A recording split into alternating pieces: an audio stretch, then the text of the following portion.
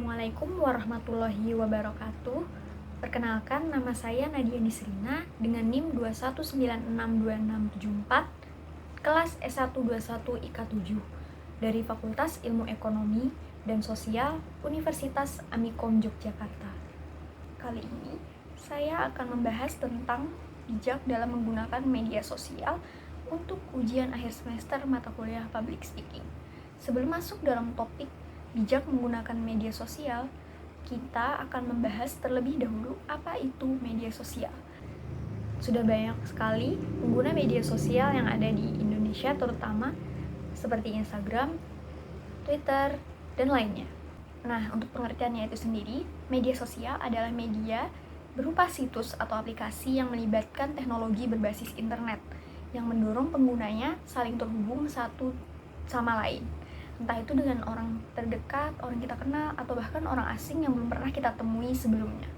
Dilansir dari tnews.com, ada 191,4 juta pengguna media sosial di Indonesia pada bulan Januari 2022. Jumlah pengguna media sosial di Indonesia pada awal tahun 2022 setara dengan 68,9% dari total populasi. Banyak banget bukan? Itu baru di bulan Januari. Sekarang udah bulan Juli. Tentunya sudah banyak dan bertambah juga berkembang berapa banyak orang yang menggunakan media sosial. Maka dari itu penting bagi kita tahu bagaimana bijak dalam menggunakan media sosial. Dalam menggunakan media sosial, kita harus bijak karena di dalamnya terdapat banyak hal yang mungkin saja merugikan diri kita dan orang lain. Yang pertama, yang harus kita lakukan untuk bijak dalam menggunakan media sosial adalah menghindari konflik atau memulainya. Kita harus pandai memilah yang mana berita baik dan berita buruk, apalagi konflik. Konflik seperti pertengkaran dua teman di media sosial itu sering sekali terjadi. Benar bukan? Karena apalagi perempuan itu banyak sekali menggunakan media sosial untuk sindir-menyindir. Kita harus menghindari konflik seperti itu karena merugikan orang lain dan merugikan kita. Dan jangan lupa jejak digital itu ada. Jangan sampai yang kita lakukan itu di screenshot atau ditangkap gambar lalu dilaporkan. Itu sangat berbahaya. Yang kedua, memberikan komentar yang tercela. Hampir di semua media sosial itu sudah menggunakan fitur kolom komentar. Setiap penggunanya dapat berkomentar bebas, mengutarakan apa yang mereka ingin utarakan. Karena tidak ada filter komentar yang baik dan buruk, kita maka sebagai pribadi harus menjaga diri kita sendiri dengan menghindari pemberian komentar yang buruk. Selain dapat mencelakakan diri kita sendiri, juga dapat memberikan efek buruk orang yang kita beri komentar. Kita tidak tahu komentar kita itu akan menyakiti orang lain apa tidak. Jadi kita harus hati-hati dalam memberikan komentar. Yang ketiga, bersikap berlebihan mengenai suatu hal di media sosial. Setiap momen kita rekam, kita share ke orang-orang, kita nggak memilah mana yang harus kita sharing, kita bagi. Jangan sampai kita termasuk orang yang suka menyebarkan semua kegiatan kita, karena itu dapat memberikan kejahatan juga ke diri kita. Sekarang sudah banyak loh kasus kejahatan yang ada di media sosial.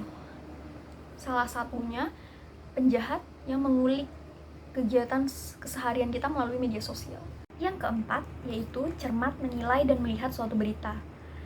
Sekarang kita sering kan menjumpai dan melihat banyak berita yang muncul di beranda, di story, atau bahkan di iklan yang sebenarnya kita tidak pernah mengikuti atau mengklik untuk membacanya. Maka dari itu kita sebagai khalayak atau pembaca harus cermat dalam memilih dan melihat apakah berita tersebut dari berita yang terpercaya atau tidak, karena banyak berita yang sudah memiliki trik untuk melakukan clickbait, bahkan beritanya itu tidak benar. Karena sekarang berita lebih berkembang juga kemampuan mereka dalam mendapatkan simpati dan daya tarik pembaca untuk membaca berita mereka. Jadi sebagai pembaca atau khalayak yang cermat dan cerdas, kita harus pandai untuk menilai dan melihat apakah berita tersebut termasuk hoax atau fakta. Yang kelima, berhati-hati dalam memasukkan data pribadi. Sekarang sudah banyak sekali di media sosial yang mengharuskan kita memasukkan input data pribadi seperti nama, tanggal lahir, email, dan password. Kita harus berhati-hati dalam memasukkan data-data pribadi tersebut karena sudah banyak kasus pemilik dan pengguna akun yang tidak sengaja memencet asal-asalan link yang sebenarnya bisa mencuri data pribadi mereka. Kita harus berhati-hati dalam penyebaran situs link kejahatan tersebut. Karena sekali saja kita menekannya, kita bisa kehilangan banyak sekali data pribadi kita. Jadi sebuah peringatan penting juga buat kita berhati-hati karena sudah banyak kasus yaitu penyebaran link untuk mengambil data-data pribadi kita. Kejahatan seperti ini sering sekali terjadi banyak di kalangan anak-anak muda yang tidak tahu ini link apa, tapi mereka asal menekannya dan boom, semua data pribadi mereka hilang.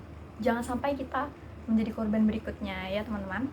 Media sosial menjadi suatu hal yang baik karena memudahkan kita mencari informasi, menambah teman baru, dapat berdiskusi dengan orang lain, sampai berbagi hal positif lainnya. Kita perlu berhati-hati dalam menggunakan media sosial, apalagi sekarang sudah ada aturan undang-undang ITE yang sah di hukum negara kita. Segala hal yang kita lakukan di media sosial sudah dapat dipertanggungjawabkan. Pentingnya menjaga etika juga menjadi kunci dalam bermedia sosial. Nah, segitu dulu teman-teman apa yang saya sampaikan tentang bijak dalam menggunakan media sosial. Semoga dapat bermanfaat untuk kalian semua. Terima kasih. Wassalamualaikum warahmatullahi wabarakatuh.